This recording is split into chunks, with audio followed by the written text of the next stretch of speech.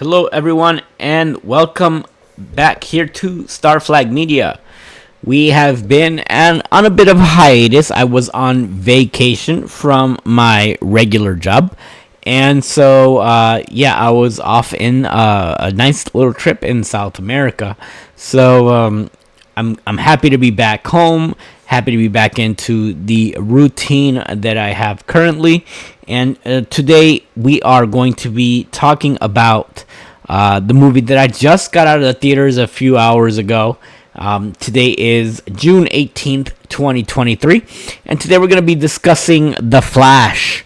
For lack of a better term, there are going to be spoilers ahead. So if you haven't watched the movie yet, I recommend coming back to this video after you've watched it.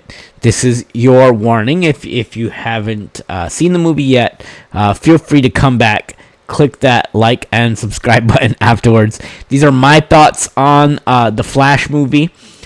This movie seems we're gonna just get started right away. So this movie just seems to put a nice bookend on the Snyderverse, right? So as we all know, Zack Snyder has been in charge, or was in charge for the longest time, over the DC Comics cinematic universe. And, love him or hate him, we know that there's a large vocal minority out there who love the quote-unquote Snyderverse. I happen to be one of those people that were not very impressed with Zack Snyder's work when it comes to DC's cinematic universe. Now, I just want to be very clear on one thing here. I do enjoy Zack Snyder's work in general. I do like, excuse me while I adjust the camera here. I do like his work, for example, on the Watchmen series, the Watchmen movie, I should say, and how great that movie was. I feel like that tone was perfect for that line of films. When he brought his vision into what Superman was and what Batman was, which is more mainstream comic book heroes, probably the largest comic book heroes in the history of the world. When we talk about Batman and Superman, there's only one other real name that kind of you can lump up there with him as far as popularity, and that name is Spider-Man. But that's over on Marvel, right? And Marvel has handled, and Sony has handled Spider-Man beautifully, other than Sony's spin-offs. But that's a whole nother video for another day. What we're talking about today is the Flash movie that came out over this last week, and my impressions of it. I will say this, even though Zack Snyder had very little, if anything, to do with this movie, this movie is kind of a very nice love letter to all DC fans and comic book fans in general. This movie kind of toes the line between the Snyderverse and what DC is going to be in the next coming years, with James Gunn behind the upcoming DC universe. So, here are my thoughts on the movie. I enjoyed this movie a whole hell of a lot. And I understand that there's going to be a lot of people out there who are not going to like this movie because of Ezra Miller, either through his portrayal of the Flash, or his controversies in his personal life, his political leanings, and his self-identity. Personally, I don't care about any of those things. I go into a movie and I take a look at it from a personal point of view, and I put all that aside, and I try to take a movie in as what it's supposed to be. So this movie is supposed to be a Flash movie. It's still kind of, sort of, little by little set in the original Justice League universe that Zack Snyder built. But you can see in a lot of this film where it really tries to separate itself from that world and kind of do its own thing and set up for what's coming up in the next movies. It starts off very basic, and we're gonna go through this movie, so this might be a bit of an extended video, but hey, I hope you guys are here to ride with me. So, the movie starts off with Ezra Miller's Flash. He's meeting Ben Affleck's Batman. At the very beginning, you get the entire full cameo of basically where the Justice League left off. We have the Flash being called in by Alfred, letting him know that Batman has his hands full. There's a giant hospital or a big hospital building that is collapsing, and they need the Flash, and they need him now. So comedy ensues a little bit of lightheartedness, as we all know with the Joss. This is based off of the Joss Whedon Justice League. This does nothing to do with the Zack Snyder Justice League black and white, dim, grim universe where, whatever, love it or hate it. I'll do an entire video on that universe. I have my love and my love-hate relationship with the Snyderverse, and I have a very loving name for Zack Snyder's fans. And we'll discuss that at some later time. That it may be divisive amongst many people who eventually see this video.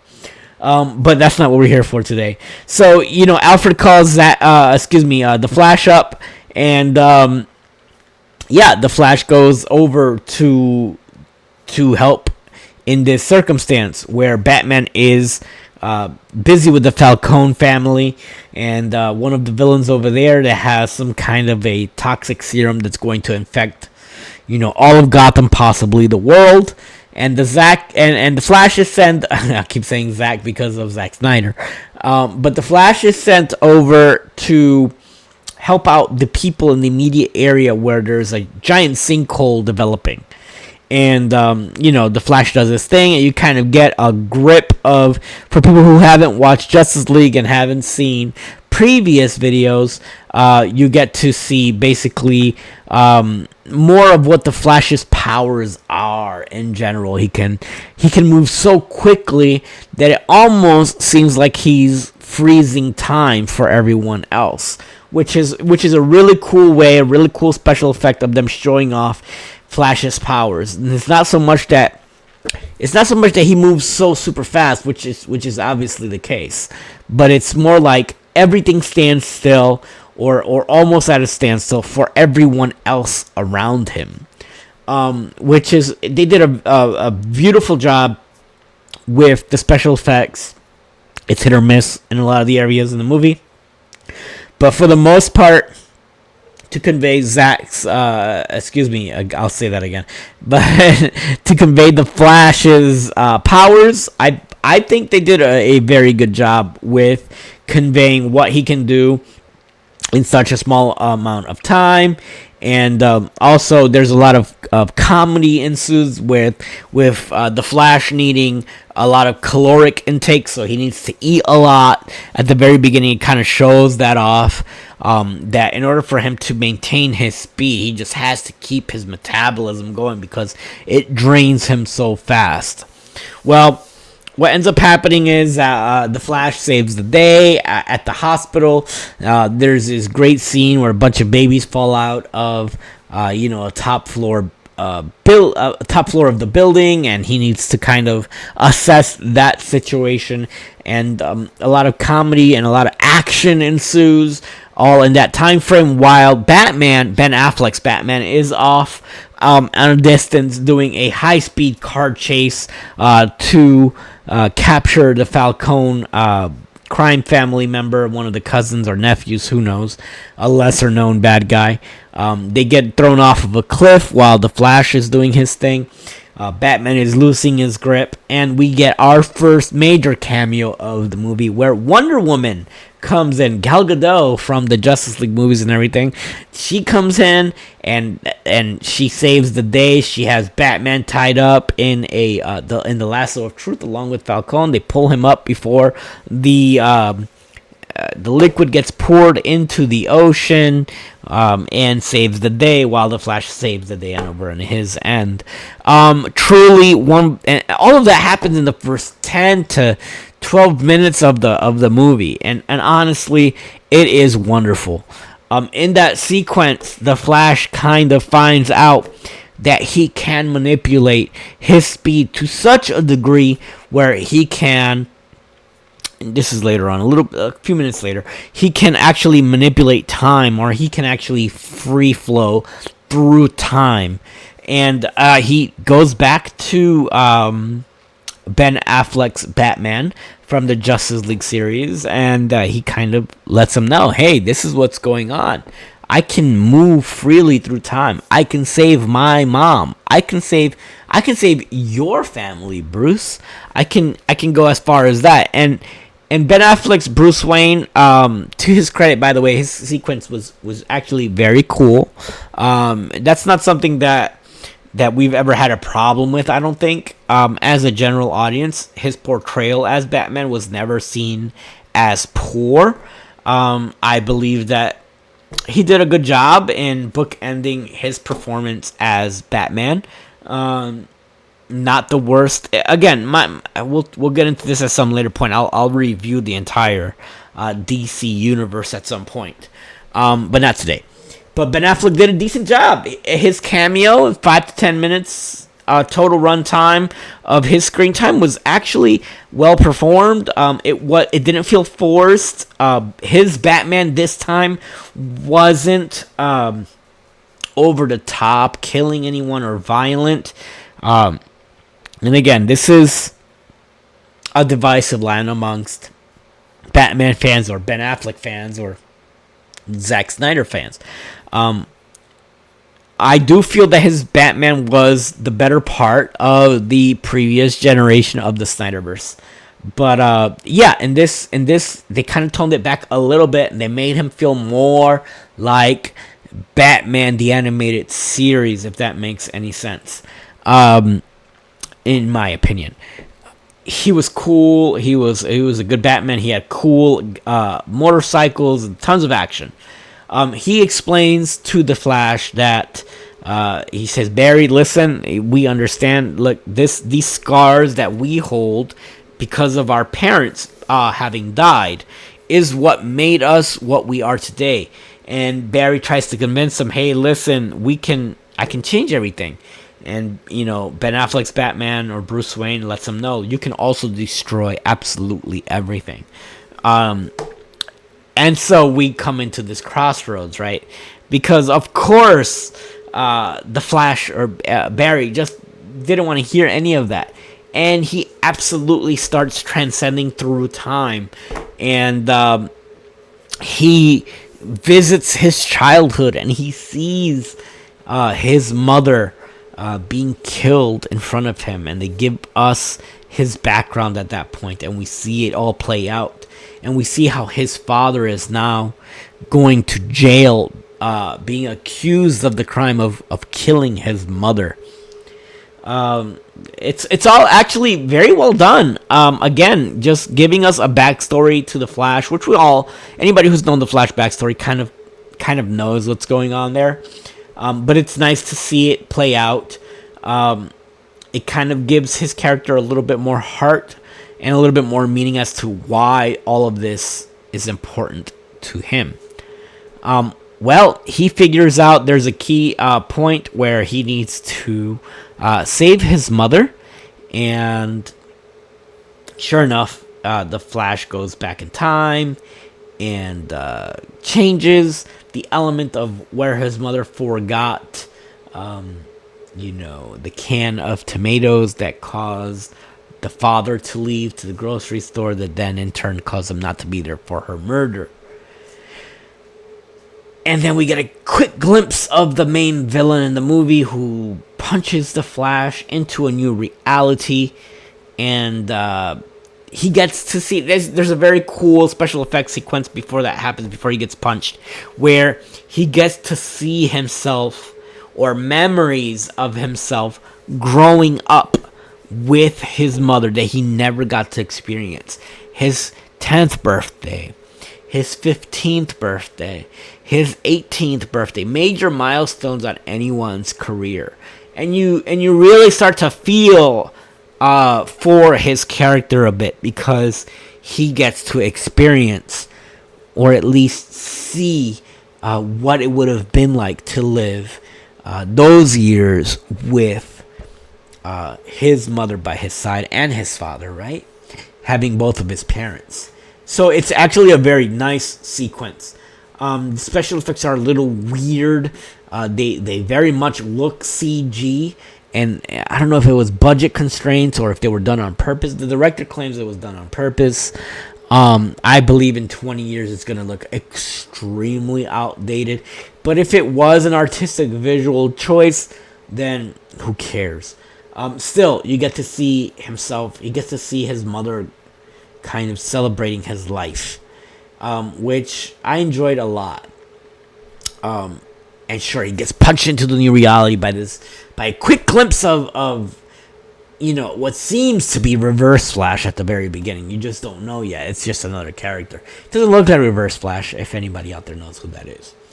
He gets punched into reality. He goes into his house. His mother is still alive. His father is together with his mom, and they're like, "Oh my God, Barry, you're back home," and they're happy to see him, and they think that he's 18 years old at that point, and they're having dinner with him. He's enjoying the moment, and then sure enough, his alternate reality, Barry, shows up to the house. That's when he realizes, oh crap, that guy shouldn't be here, or maybe I shouldn't be here. Excuse me.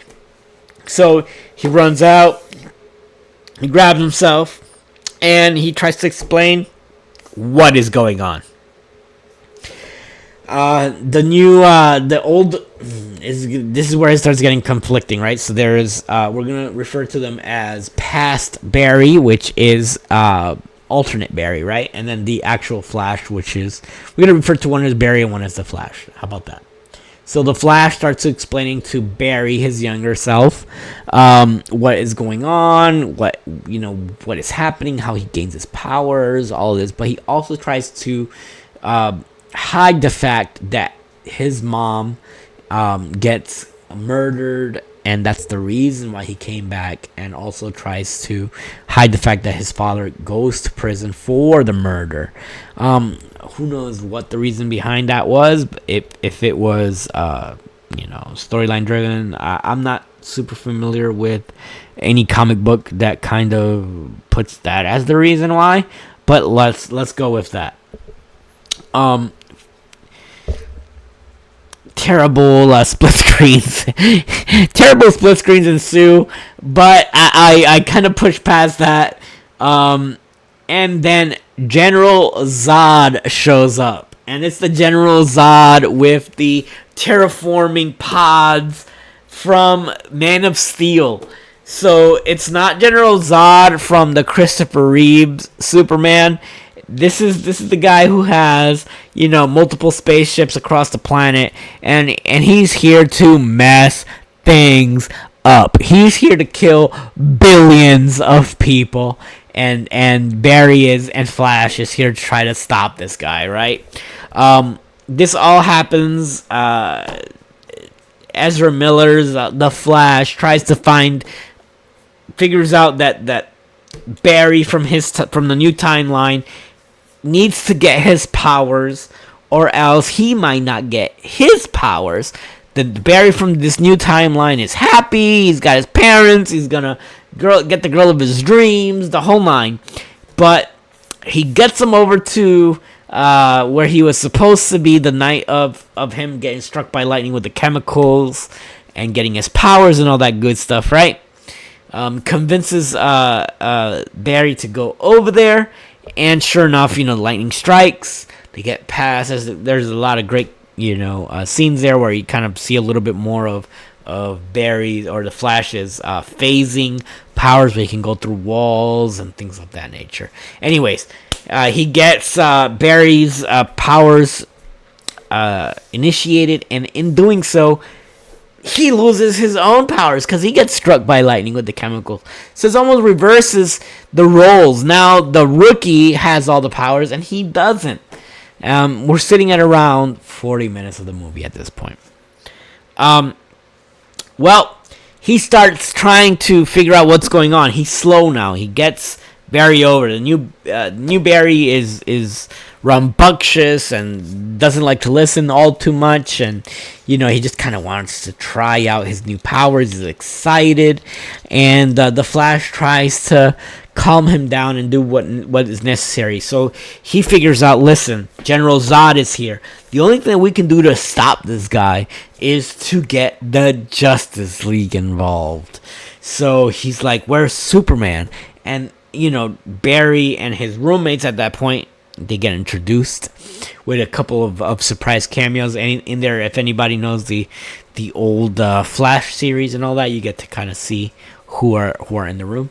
And I may be mistaken, so correct me in the comments if I'm wrong. But yeah, he gets some cameos there, and he talks about Superman, and they all look at him like he's crazy.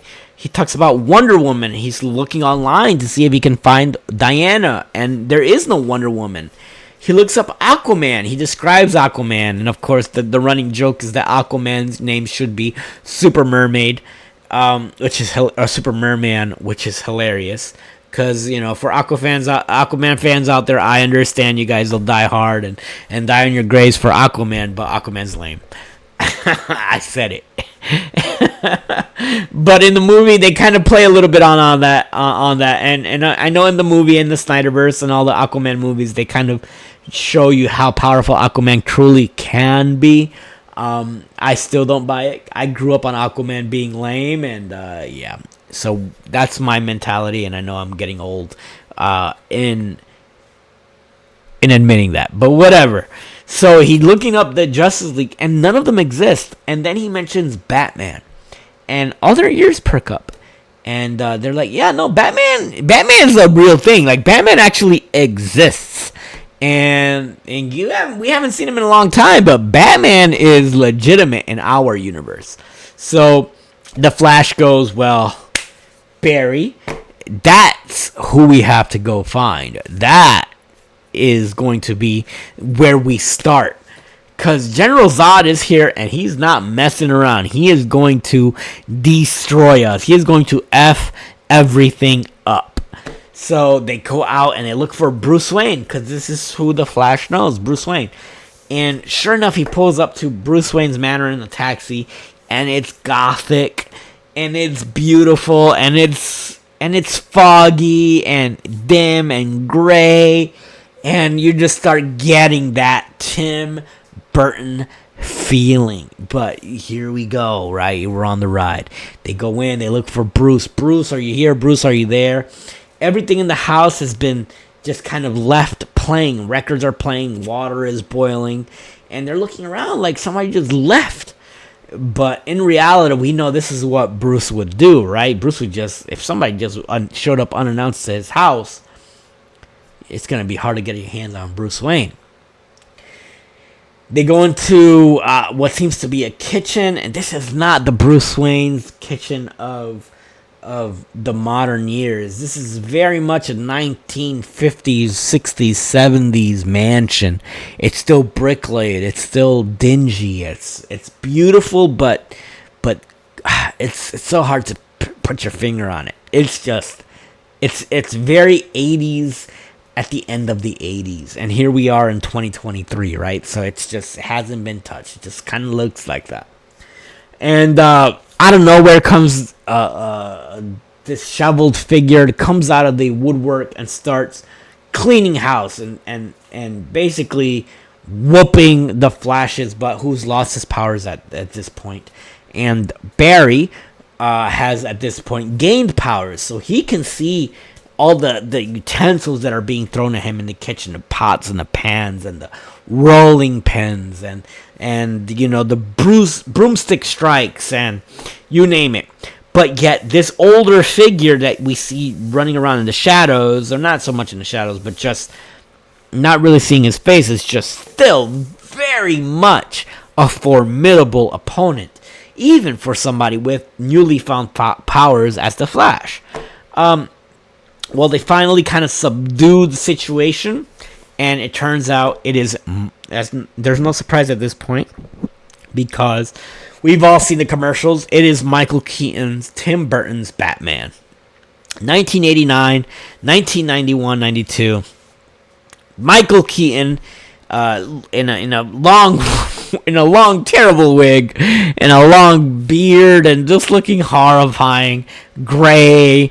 But it was cool to see this older style guy in his late 60s, perhaps in the movies, early 70s, in real life, just still kind of having it. And that was really cool. They tried to explain the situation to him. The Flash explains to him what he's done with timeline. And then Bruce Wayne, still being Bruce Wayne, regardless of what timeline it is, regardless if it's not the exact same person, is still Bruce Wayne, still the world's greatest detective. He explains to the Flash what timelines happen when you start going back in time. That it's not just a straight line back and forth, that you start creating alternate dimensions and multiverses. And it's a big bowl of spaghetti at that point. A very cool explanation. Kind of takes away from the Back to the Future timeline that we've all come and known to love, which they have a lot of jokes of, and I'll leave that to you guys to watch and enjoy. And then we have, like I said, Michael Keaton goes in. He tells him what he's doing. The Flash and Barry both try to explain to Michael Keaton, hey, this General Zod guy is no joke. We need to find Superman, and he's the only one that's going to be able to stop General Zod from terraforming your planet and killing everyone. And Tim Burton's Batman, Michael Keaton, looks at them and goes, no, I'm all good. I'm old. Gotham is one of the safest cities in the entire planet because of him, obviously. And he's kind of retired. They don't need him anymore. So the Flash and Barry go outside of Wayne Manor, and they discuss it, and they go, well, if Batman is not going to help us in doing our job, what we're going to do is we're just going to use his bad stuff and find Clark Kent. We're going to find Superman, and he's going to help us defeat General Zod. So they go through and using the Bat computer, and they find the old school Tim Burton Batmobile, and it's one of the coolest scenes ever when they go into the Bat cave, and man, it just hits those warm nostalgia buttons, right? And so you're in the Bat cave, and the Flash at this point he knows that Bruce Wayne is watching him, and he kind of looks up at one of the security cameras. He goes, hey man, I know you're watching. There's no way that we're not going to be able to do this without your help. And he kind of pleads to Michael Keaton's Batman for help. No, he's found dozens of Clark Kents, but none of them match the exact place where they need to go. Especially when it comes to like UFO sightings or anything like that, where the pod would have landed.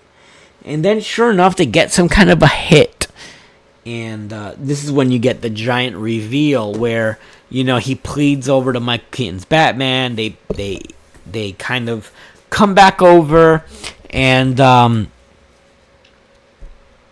you get the scene where they figure out the Soviets have actually gotten a Kryptonian pod years ago, and they have it captive. And then Batman realizes, holy crap, or Michael Keaton's Batman realizes, holy crap, this is a real deal. And you get the reveal where he actually comes down and he agrees to them. Yes, I am Batman. And he says his classic "I'm Batman" line, right, from the 80s. And he's dressed in full Batman gear, which is just, and it's something different when you see the new Robert Pattinson Batman, the Ben Affleck Batman. You see that it's cool. Don't get me wrong, Christian Bale and all that. Those bat suits are amazing, but man, it just hits different when you see that big yellow and black bat logo, right? This fucking thing. excuse my language. But you see this thing right on the chest of Michael Keaton, and he comes out and he says the words, "I'm Batman." It just hits different. And so, yes, I'll agree. And he tells them, I'm going to agree to go out to Russia. We're going to get Superman out of captivity, but you guys are on your own after that. And then Batman pulls off the cool bat plane.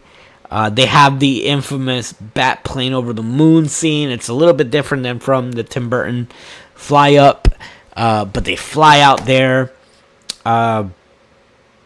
They free. They have this crazy looking action sequence where they go in, they infiltrate. Batman still has his old, because he's been retired for years, guys. He's been retired for years. So he has all his old school gadgets with the digital displays, the old school pager displays, the old school flip phones. That's still what he's using to infiltrate these military bases in modern day. But you guys forget one thing. He's still Batman. So badass, right? So he's going through, they do their thing, they get into the Russian military base, and man, he gets in there. Batman's trying to they after they defeat these soldiers and all that stuff, after this amazing sequence of action and fighting with Barry and Batman and the Flash. So Barry has all the powers at this point. So they defeat the Russian paramilitaries, who knows what they are. And they find this big orb with like what looks to be red sun energy or red ultraviolet rays. As we all know, Superman's weakness is a red sun. One of the weaknesses is a red sun. So this is basically what they have in this room, just kind of dampening the powers of the person that's in there. They open it up, and when they walk in, they don't find Kal-El. They don't find Superman. What they do find is a very frail, skinny, bare bones to the skin, a girl, black-haired girl, looks of Spanish descent, and they're gonna leave her there. Batman goes, Kal-El's not in here, Superman's not in here, our intel was wrong, let's go. And the Flash feels terrible. Barry's like, hey, let's go. But the Flash says, I'll carry her. So they pick her up. They bring her out. They do a classic move where Batman is underneath of this, after they fight some villains off, and there's a scuffle, and Barry, who has the Flash's powers at this point, gets shot in the leg, so he can't run very fast. So now they have basically just Batman to rely on. They get to their entrance. Batman does the classic line from the 89 movies of, what do you weigh? If anybody remembers those movies, that was a little Easter egg for me, and I enjoyed it. What do you guys weigh, or what do you weigh? They give him their weights, and he kind of calibrates his bat gadget to what they weigh. He sticks an explosive underneath a elevator sled type thing, and he lights it, ignites, and it kind of shoots them up to where they need to be. Once they get up to the surface, at this point you kind of see the female that they got out of the orb. Her wrists start becoming more filled, more muscular, and right when it seems like all is at a standstill, and the Russian / Soviet military is surrounding them, Barry and the Flash both they can't move at this point. They both look at Bruce Wayne's Batman, and they say, well, Batman, what do we do? And Michael Keaton's Batman just looks at them and he says, well, try not to die. And at that point, the yellow sun has been given to our female protagonist. In this case, her power is back. And turns out that in the orb, it wasn't, as we all have seen in commercials at this point, in advertisements, it wasn't Kal-El, but in this universe, instead of Superman, Earth received Supergirl. This isn't the Supergirl from the comic books. It does not look like Kara-El. It's Kara-El, as we all know, was portrayed by Kelly Slater years ago, who was more comic book accurate, blonde hair, blue eyed, cousin of Superman. This woman is portrayed by a Spaniard who is dark haired, dark eyed. Actually, looks more like Superman physically than the cousin from the comic books, but that's neither here nor there. She is the Supergirl of this universe, and holy crap, does she put in work. While Batman is doing his thing, she comes in and she cleans house. They figure out, okay, we've got what we need in order to fight General Zod. They take her back to Wayne Manor. They nurse her back to health. Once she starts getting healthy, kind of distrusts of them, because humans have, of course, since the beginning of her getting to Earth, she's been subjected to torture. Who knows? You can name it. Who knows what she went through? So her distrust of humans is, of course, merited. So she flees. She sees what Zod is doing. She sees that Zod is kind of effing over people who came over him with trust, and she realizes, I need to help Batman, the Flash, and I need to help Barry eliminate the threat of Zod. So she comes back to them after she flees, and she kind of says, hey, I'm here to help. Which then kind of brings up the battle plan, right? So now it's time. Batman, who said they were on their own after the mission to rescue Superman, decides, maybe there is more to this. There is actually a small scene where you see him coming back, and again, spoiler alert throughout this whole thing. But you see him coming back from the battle where they rescued Supergirl, and you see Michael Keaton as an older man now. You know, this guy's gray hair and all that, but he still looks like Michael Keaton. You know what I mean? He's still 89 Michael Keaton. So good for them. But he's sitting there and he's got all his bat gear across the floor, the cowl, the gloves, the whole nine are all strewed across the floor. Blood just dripping on the water and on the ground. And here he is in the mirror, kind of looking at himself, and he's stitching, his wounds on his arm from the previous battles that he had with the Soviet army. And he gets this look on his face, and it's almost this smile, like, I'm back. Like, this is what I'm supposed to be doing. So when she comes back and she says, hey, I'm here to help, Michael Keaton comes down, and his Bruce Wayne comes down, and he basically looks at Barry and at the Flash, and he goes, so what is it that we call ourselves? And of course, the Barry, who's very excited because now Batman is intrigued, he goes, we're the Justice League. So even though we're not the Justice League, he says that. And the Flash tries to iterate, oh, well, we're missing Aquaman, and we're missing Wonder Woman, and we're missing Cyborg. But yeah, we're the Justice League. So here we have two Flashes, right? Barry and the Flash. And we have Supergirl.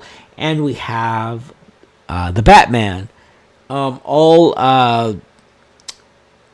putting a pseudo Justice League Junior, if you will, together to battle General Zod, his army, and the two cronies that he has with him.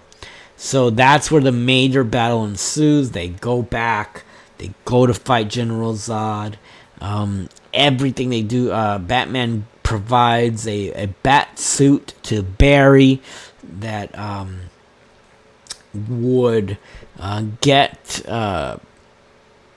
that would sustain most of the friction from going super fast. And this is where the Flash realizes, like, I've got to have my powers back. So he starts to formulate what the chemicals were, what the lightning strike was, all that cool stuff that turned him into the Flash. And he convinces, Bruce Wayne to enact an electric chair of sorts, try to get a lightning bolt to hit him, and try to recreate the accident so that he can get his powers back. So Michael Keaton sets up the this giant flag that's going into a thunderstorm, the whole nine. A lightning bolt hits, boom. Chemicals fly everywhere, all over his body. The Flashes. Lightning strikes him. You would think that this is going to get his powers back. He doesn't get his powers back. Supergirl is there. And she goes, don't worry about this. Because he asks Michael Keaton's Batman, please strike me one more time with lightning. And Barry is just in tears, like, no, stop doing this. It's going to kill him. But he's got no choice. Well, Michael Keaton throws the switch one last time, but everything's been fried. The entire circuit board has been fried. There's no way to get an electrical charge that would be strong enough to get the Flash his powers back. Supergirl says, I'll help. And she picks the Flash's body, or when he's still alive, but she picks him up and she flies into the thunderstorm and gets him struck by the lightning that he needs so poorly. Comes back down with his body. At this point, he is just a burnt mess, and you see his flesh burning. Barry is in tears. Michael Keaton's Batman, Bruce Wayne, is saddened, and then little by little, you start to see a little flicker, and he starts to heal. And once he starts to heal, you realize, okay, he's got his powers back. So he gets his Flash suit back, and Barry gets a predisposed or a pre-used Batman suit that was like thermal and can resist friction. Batman explains it a little bit. And he kind of customizes it, cuts the bat's ears off, he spray paints it red, spray paints a Flash logo on the top of it, puts a little bit of strips on the side. Kind of resemble a Flash suit, since he didn't have one. And Barry, and the Flash gets his ultimate suit back. His actual suit back. Excuse me. I know I've been rambling for a while, guys. Thank you for sticking with me for 43 minutes of this 2-hour movie. So, they go off to fight General Zod, and it is a cool fight. We got Zod's arming all Kryptonians. Batman shows up in the Batwing, and things happen. This is where I'm going to start to get vague on you guys a little bit. I'm not going to go over super detailed because I still want everybody to go out there and watch this movie. And again, there's still going to be spoilers, but I'm not going to go into great detail. Let's just say they fight the army. Supergirl does her thing. Batman absolutely does his thing. And for the first time ever, we don't see him lose his Batwing right away. This Batwing is putting in work. The Flash and Barry are both doing their thing and trying to, again, so they understand that Kryptonians are fast, but they are faster, and so they're trying to put distractions in and beat as many Kryptonians as possible, while Supergirl fights General Zod and stops him from terraforming the Earth into Krypton and killing everyone on the planet. What ends up happening is, no matter what they do, Supergirl fails at her mission. General Zod keeps killing her. He just contributes to her DNA. They find out that Superman Kal-El never made it to Earth. They thought that he was going to be the key to saving the humans, but General Zod got to the pod before he got to Earth. And it turns out that Kara Zor-El, or Supergirl, is actually the one who is the key to saving the world, and what General Zod needs in order to terraform a new Krypton.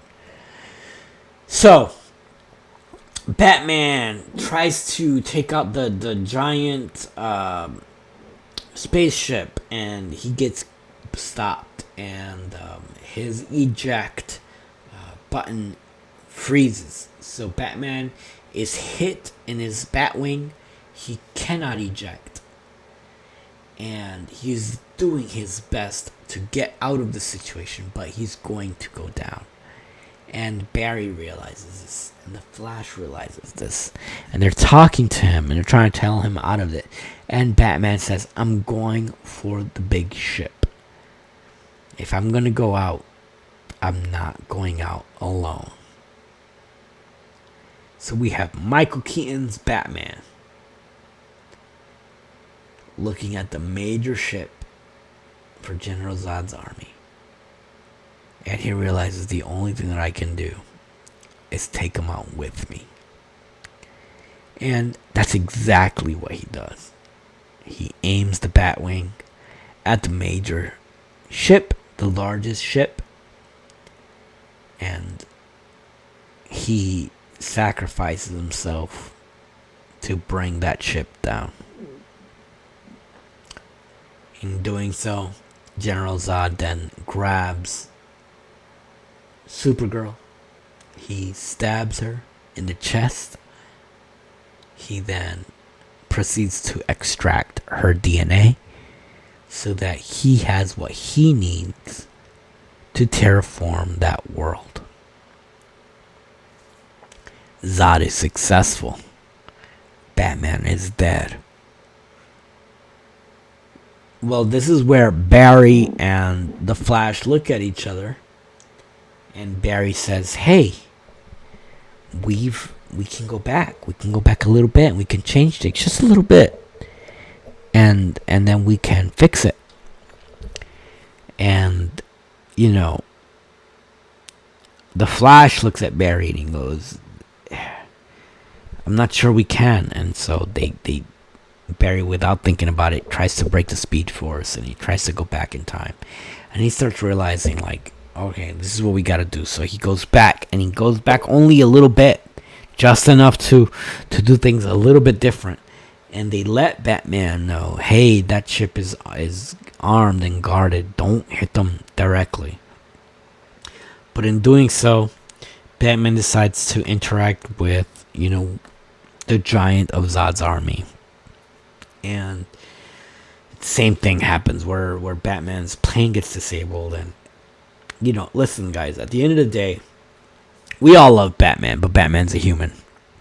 And this battle shows that any iteration of Batman put in there without his gadgets, without his planes, would just get slaughtered by Kryptonians. But that's neither here nor there. Neither here nor there. And this is with Pratt time, guys. He knew what he was getting into, albeit an older Batman. But yeah, he goes out there. They do their thing. Batman again still loses life, and then they keep trying to rewind time. I feel like they may have gone over this sequence a little bit too much, where we see the Flash and Barry in the multiverse in between time section of the movie, but we get to see where they're trying to come up with an alternative, and the main Flash realizes there is no alternative for this particular world. There is no going back. This world that they are currently in ends with General Zod winning. No matter how many changes they make, it ends with Zod winning. Which doesn't rub well with Barry, because now his mom, his family, his everything is going to end. And the Flash is telling him, "Hey man, we've just got to cut our losses. This world, there is no alternative outcome." Once they start getting close to that definition, this super villain shows up. The super Flash or super evil Flash shows up. And there's a lot that happens in the movie that kind of gives you a heads up about who this person is. And I'll break it down to you in a couple of minutes. But yeah, so he fights the Flash and he lets them know that there's no way that he's going to let them stop. And that he's going to continue to try to change things. And but yeah, they quickly come to find out that it's alternate Barry from the future who's been in the multiverse scenario, or the multiverse world, if you will, for who knows how long, decades, trying to change things. It's an older version of him, and they keep trying to change things, and he still hasn't been able to fix things. He can't save Bruce. He can't save the Flash. He can't save Supergirl, and General Zod always wins. So now he's stuck between a rock and a hard place, because now he needs to try to keep going back, and now he needs to fight the Flash, who's telling him to stop, and his alternate reality self, who hasn't crossed the line of obsessiveness yet. So it gets a little confusing there. As all time traveling movies tend to do, right? When you start splitting realities.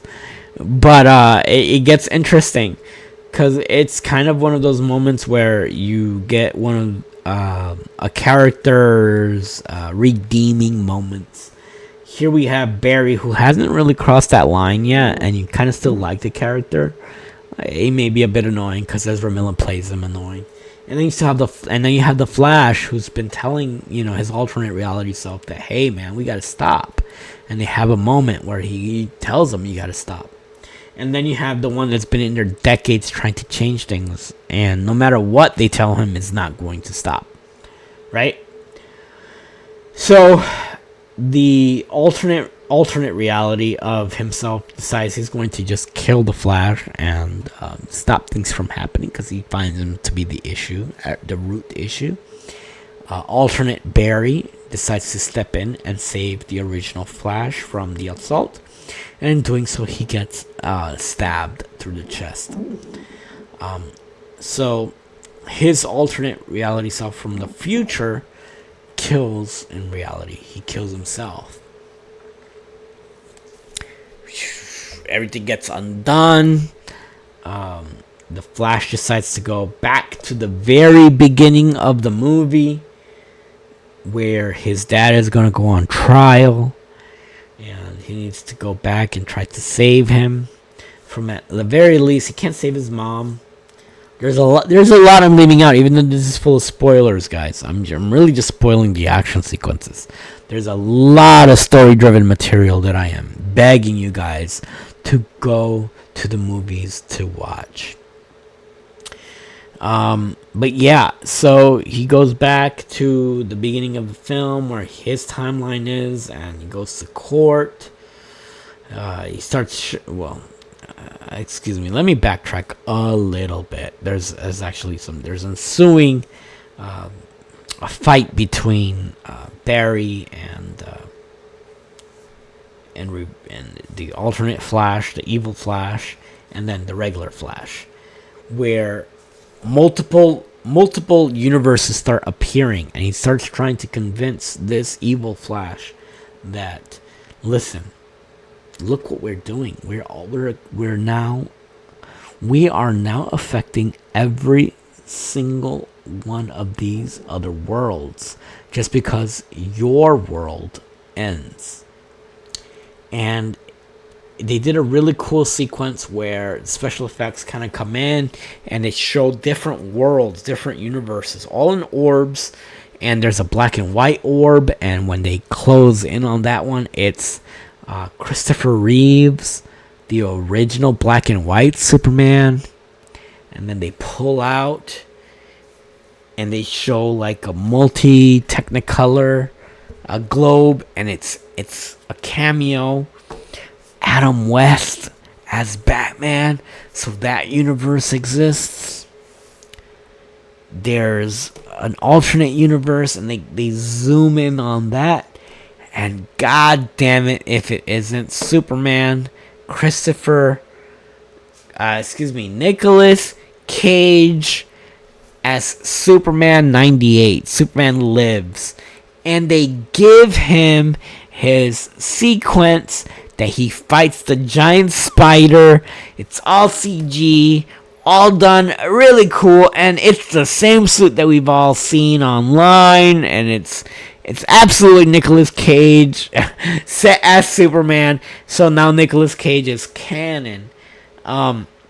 They go and they open up a different world, or you're seeing a glimpse of a different world, and it's Christopher Reeves with Supergirl, who, from the 80s. And it's like, here we have probably the most iconic duo from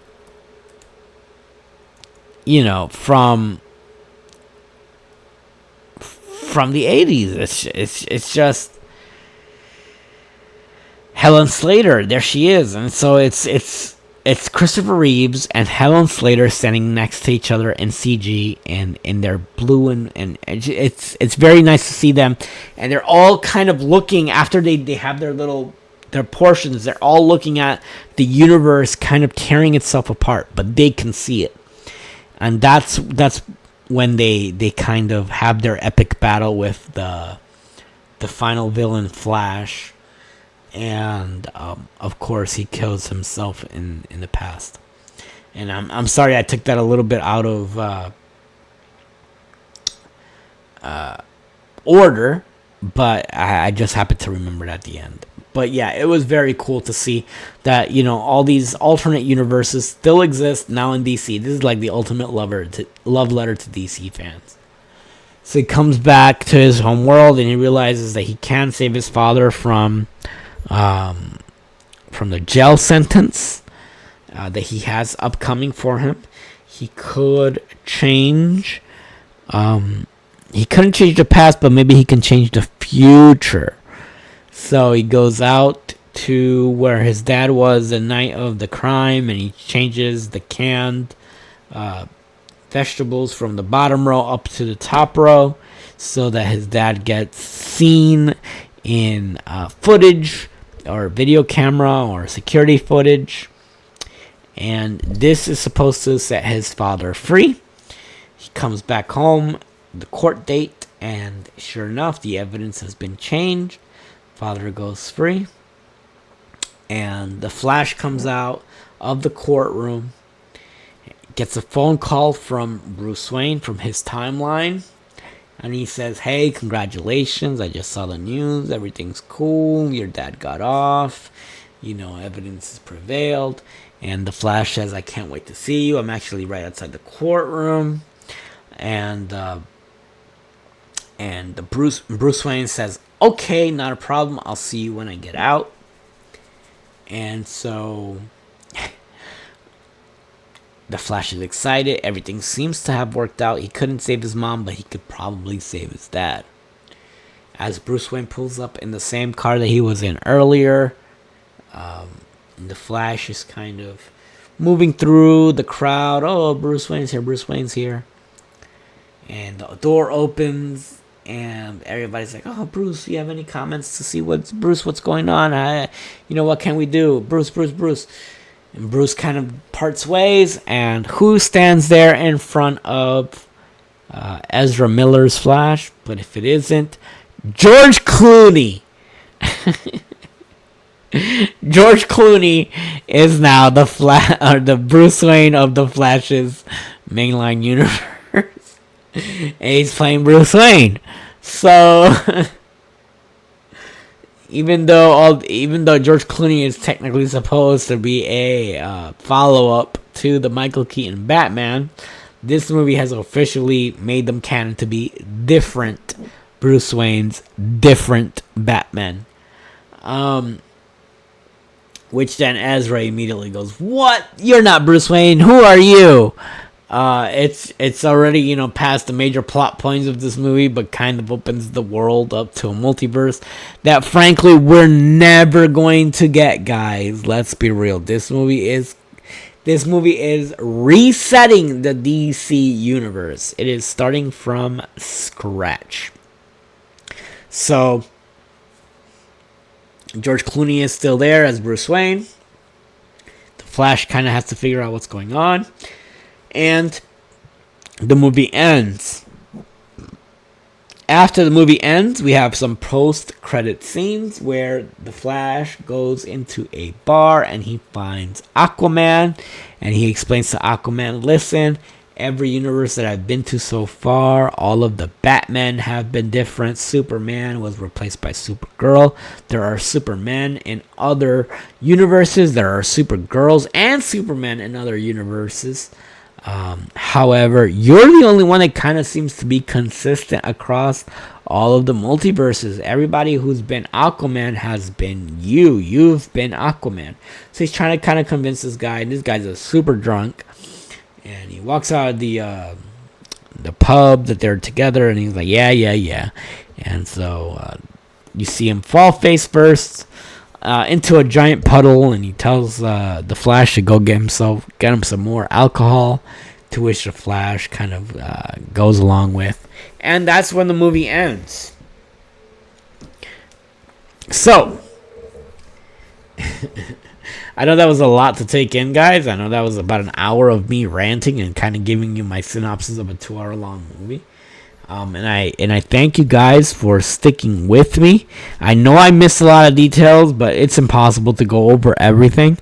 Overall, if I was to give this movie a score, it would have to be about an 8, 7.5, or 8 out of 10. I'm gonna lean towards 8, and I'm gonna lean towards 8 over a lot of nostalgia. There are a lot of references in here to the old 89 Batman.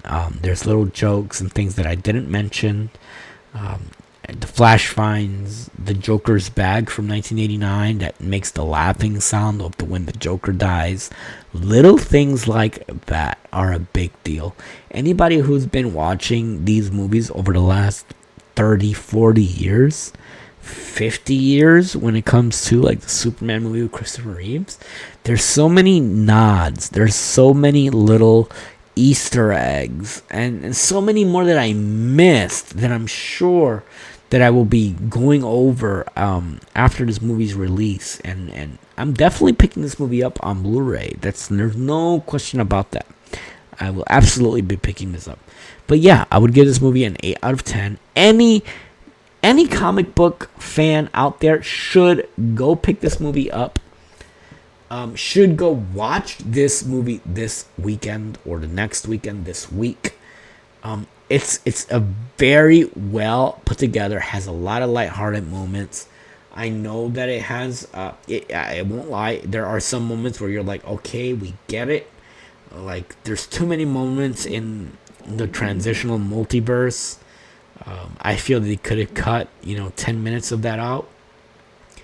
Ezra Miller's performance is goofy at best. But Michael Keaton's Batman, and believe it or not, Supergirl is actually very badass in this movie. Between those two characters, in my opinion, they saved this movie. So yeah, if I have to give it a score, 8 out of 10. It's a great watch.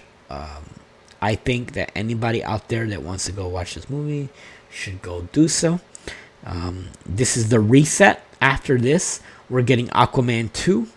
And then Blue Beetle is the first movie in the new DC universe.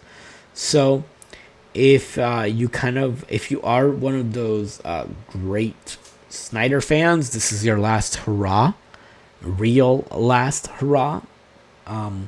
And if you're excited to see what's coming up in the future, or if you want to see how that storyline ends and what's kind of the reset that's coming up, I still highly recommend this movie. If you're a fan of the original 1989 Batman or Batman Returns, and you want to see how Michael Keaton's Batman goes out in a blaze of glory, I highly recommend this. That's truly the fan base for this movie. If you are a fan of the original 89 Batman and the follow-up with Batman Returns, this absolutely is the movie for you.